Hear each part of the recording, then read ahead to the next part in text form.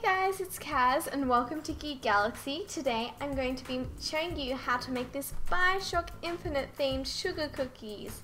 Now they are sugar and spice cookies, so they're so yummy. And I'm making some ones that kind of look like cogs, so they're kind of steampunky.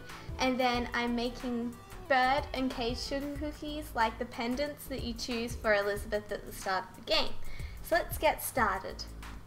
So the first thing you're going to need is half a cup of butter, or if you live in America, that's 1 stick.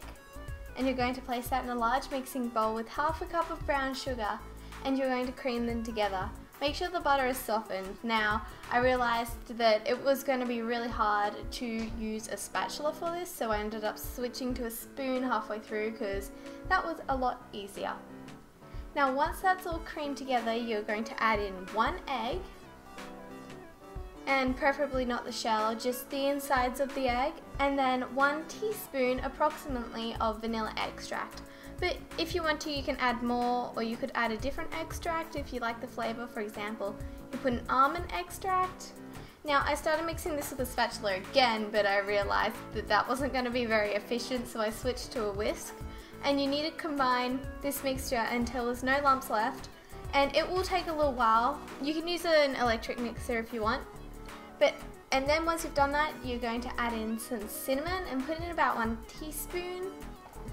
That's also approximate because it was really hard to get out of the packet. And then you're also going to add in some nutmeg. And I used about 1/2 of a nutmeg, and just be really careful when you're grating this if you have not got pre-ground nutmeg. And then you're going to add in some salt. And once you've put them in, then mix it all together. And then add 1 3/4 cup of flour. And you will have 2 cups ready, and then you'll just leave 1/4 of a cup of flour to the side for when you start to combine the dough by hand when it gets too stiff. But you need to keep adding in flour until it forms a dough that will hold its shape and isn't too sticky and won't just like stick to your hands. Plus it helps that when you are flouring your hands so it doesn't stick to your hands too much. Now, I'm also using gluten-free flour here because I'm gluten-free, but you can use regular. And just combine this until it holds its shape. And then once you've done that, put it in some cling wrap and leave this in the fridge for about half an hour. Or I put it in the freezer for 10 minutes until it's firm enough that you can roll it out because it's quite a sticky dough.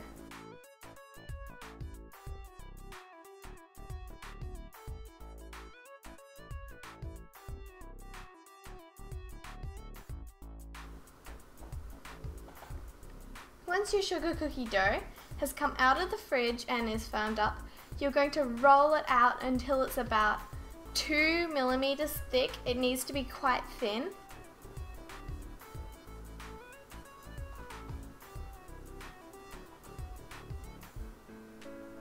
Once you've done that, you need to flour some surface for when you put your cookies on it. And get a circular cookie cutter and flour that. I find it's easier if you flour it because it doesn't bring up all the cookie mixture when you cut the cookies. And you're going to cut around the cookie with a sharp knife so you can easily transfer it on a sheet. I tried using a spatula here, but it didn't really work, and I worked out in the end that the easiest way to transfer the cookies is with a really thin knife that you've just floured.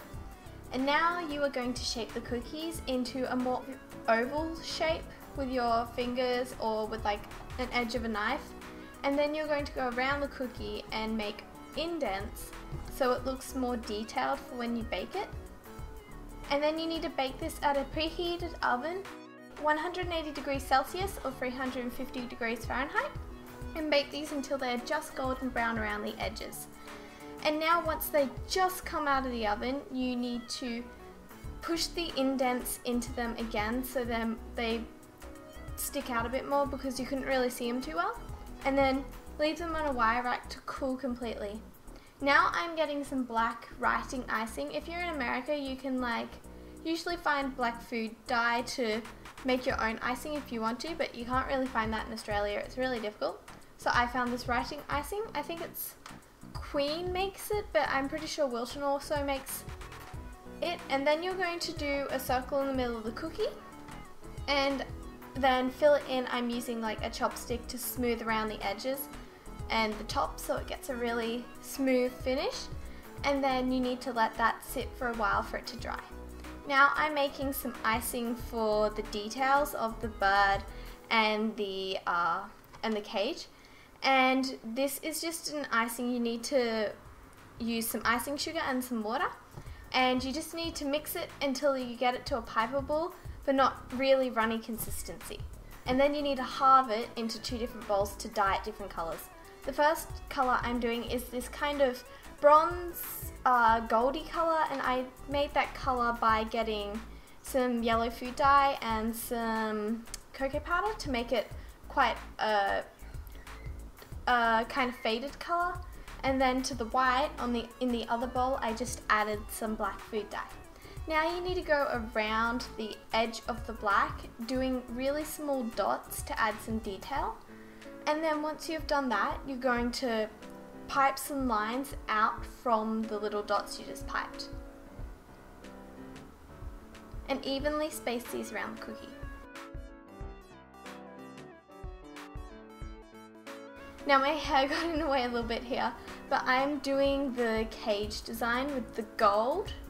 And I was referring off a picture for this, but I was also kind of winging it at the same time and just keep working on it until it looks like a cage, and just outline it and then fill in the details so it looks more like a cage. And then I went back around the outlines and made them thicker so they stand out more when they were finished. And then I also ended up putting a bit of silver on the very thick parts of the cage to give it more definition.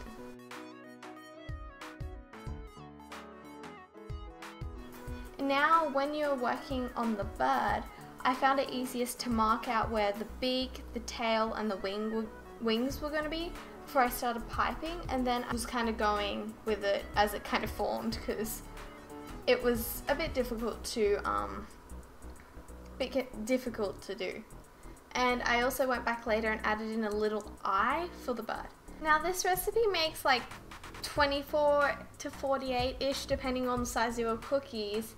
So with the leftover cookies and icing, I made some steampunk looking like cookies that had like cogs on it, and they look really adorable.